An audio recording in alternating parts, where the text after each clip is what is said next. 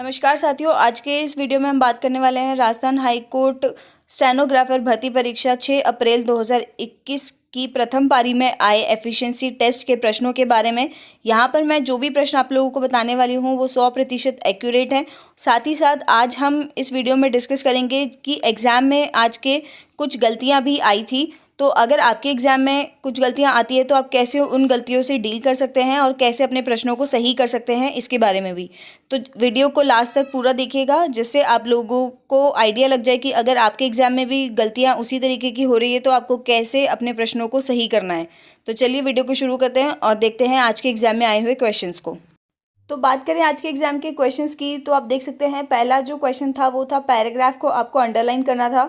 Question number 2 में header में steno परीक्षा 2020 लिखना था। क्वेश्चन नंबर 3 में पेज की साइज़ को A4 करना था। देन क्वेश्चन नंबर 4 में पैराग्राफ की साइज़ को 18 करना था।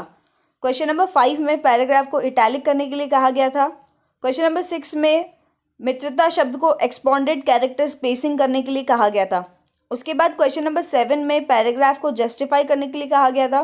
क्वेश्चन नंबर 8 में पैराग्राफ को डबल स्ट्राइक आउट करने के लिए कहा गया था।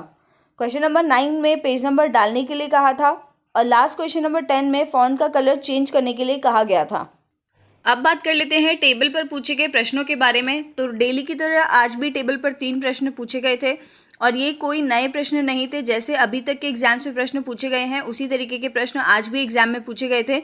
इसमें पहला जो प्रश्न था वो था फॉन्ट कलर को रेड करने के लिए कहा गया था।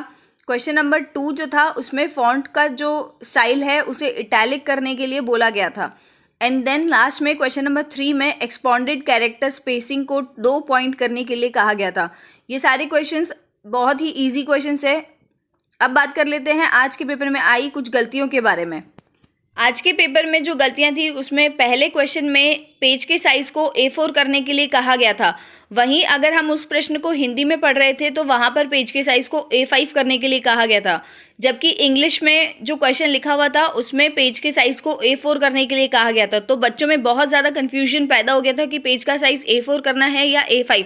तो अगर आपके साथ भी ऐसी कोई स्थिति बनती है तो आप इस बात का ज़रूर ध्यान रखें कि जो भी क्वेश्चन इंग्लिश में आता है वही वैलिड होता है। तो आपको यहाँ पर पेज का साइज़ A4 ही करना था। तो जिन बच्चों ने पेज का साइज़ A4 किया है वही क्वेश्चन सही होगा, A5 वाला क्वेश्चन सही नहीं माना जाएगा।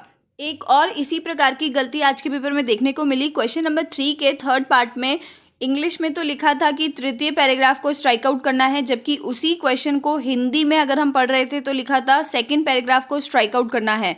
तो ये भी बच्चों के लिए काफ़ी ज़्यादा कंफ्यूजिंग था, उन्हें समझ नहीं आ रहा था कि सेकंड पैराग्राफ को स्ट्राइक आउट करना है या थर्ड पैराग्राफ को। तो यहाँ पर भी आपको ये ध्यान रखना है कि इंग्लिश में जो लिखा है वही मान्य होगा, यानी कि आपको थर्ड पैराग्राफ को ही स्ट्राइक आउट करना था और थर्ड पैराग्राफ ही सही माना जाएगा। तो जिन बच्चों ने थर्ड पैराग्राफ को स्ट्राइक आउट किया है उनका क्वेश्चन सही होगा। तो आप भी इस बात का ध्यान रखें कि अगर आपके पेपर में भी इस तरीके की कुछ गलतियाँ आती है तो आप इंग्लिश को प्रेफरेंस दें और इंग्लिश में पूछे गए प्रश्न को ही सही माने और उसी की तरह अपने उत्तर दें।